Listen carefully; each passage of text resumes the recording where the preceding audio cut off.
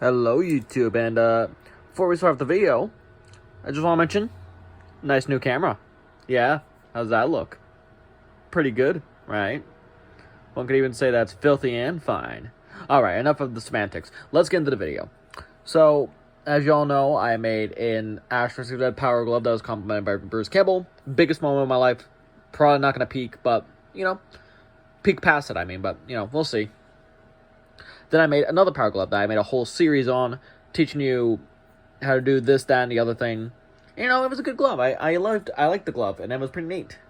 But it just bugged me about how inaccurate it is. Then my buddy over at Nightmare Props, aka Jason Smith, sent me some pieces for a new Power Glove. And, well, I said I wasn't going to make a series out of it just because, basically, everything I'm doing here was already discussed in the series. I just figured I'd go over this with you guys so that way you can kind of see the new and improved. So basically what I've done here so far is I've reshaped the cuff. I had to fucking hit it with the blow dryer quite a couple times just to bend it to the right shape. I've ground it down, nice and sanded it smooth. Looks pretty good. Hit it with a metallic silver, of course. Hit it with some red acrylic, did some scuffing, did a nice black wash on it. This, that, and the other thing. You know the drill. More or less it's set up the way like my old glove, except instead of using silicone to put this one on, I actually used screws that were actually included with the actual Power Glove piece. So, different departure, and it'll also be easier to change the electronics if that time ever comes. But yeah, I'm pretty much just about done here. I just need to clear coat it, and then take care of a couple of other bits, and then it's finished. Of course, got to put the strap in place. Now, I did modify the strap. Now, before, I was using a strap that was more or less only able to be adjusted on this end here. That was wrong. The strap is actually supposed to be adjustable here and with this actual buckle here. And this is the main way to adjust it because you can just yank it on your arm instead of having to push this little fucking thing down and then, lift it up one-handed. So now you actually have the ability to just yank and then boom, it's already taken care of and it's tightened down. So that's another upgrade from my last glove, which I'm pretty excited about. Of course, we got this little knob piece here. Now, this will actually be activating flashlight. Now, if you remember from my last videos, I had a little switch that went off to the side here. Not this time around.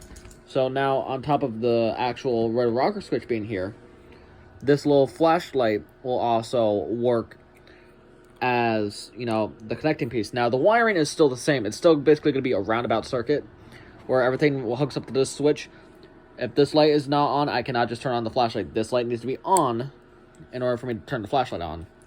But now this time, instead of the switch, we have this little guy here. Now, what this is just a latch switch, more or less. You just press on it like an actual flashlight. Turn off, turn off.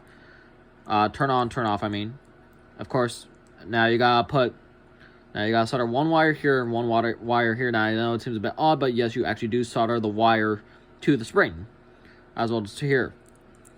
Then you got this. I gotta ground this down and really shape it so that way it actually fits on there properly.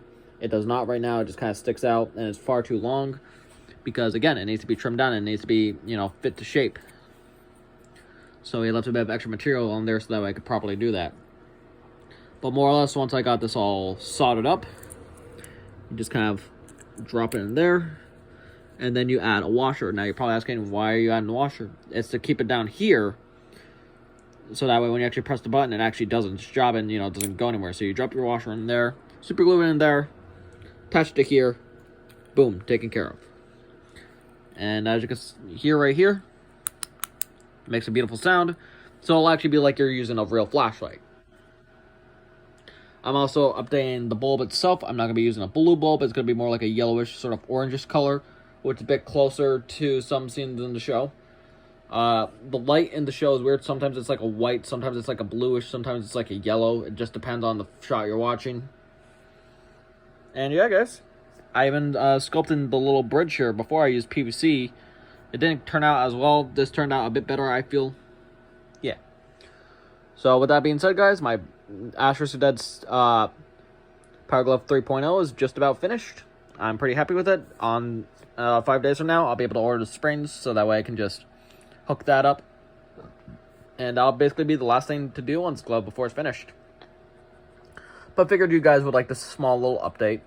I know I'm not doing a no full series on this, and I know that's probably a bit disappointing to some people, but like I said, if you really want to know how to make one of these, like, Batum for Batum, you can just check out my Avid Power Glove 2.0 Power Glove, my Avid Power Glove 2.0 playlist I made for you guys, so that way you can figure out how to do certain things, you know.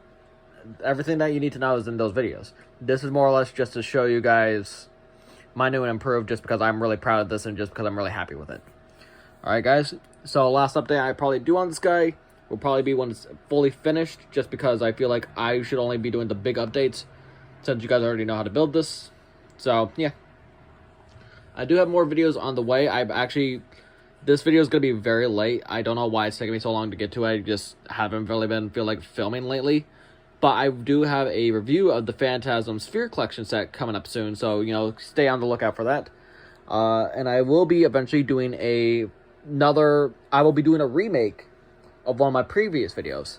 That being another breakdown of the Ash vs. Evil Dead cosplay, aka the Ultimate Avid Cosplay Breakdown, as I like to call it. Because I've updated some things, I've taken care of some things, and I feel like you guys should be up to date on that if you want to have a really good Avid cosplay. And considering that I got this brand new camera that looks really nice, and I'll be able to show things off, and I know a bit more about editing, I think you guys will really enjoy that. But in the meantime, you guys stay groovy, stay safe during this pandemic. Oh, and happy early Halloween for those of you who only celebrate Halloween in October. For the rest of us horror fans, Halloween is every year, every day of the year, all year round, doesn't stop. But still, regardless, happy early Halloween. Stay safe, stay groovy, and I'll see you all in the final update on this Power Glove. Stay tuned.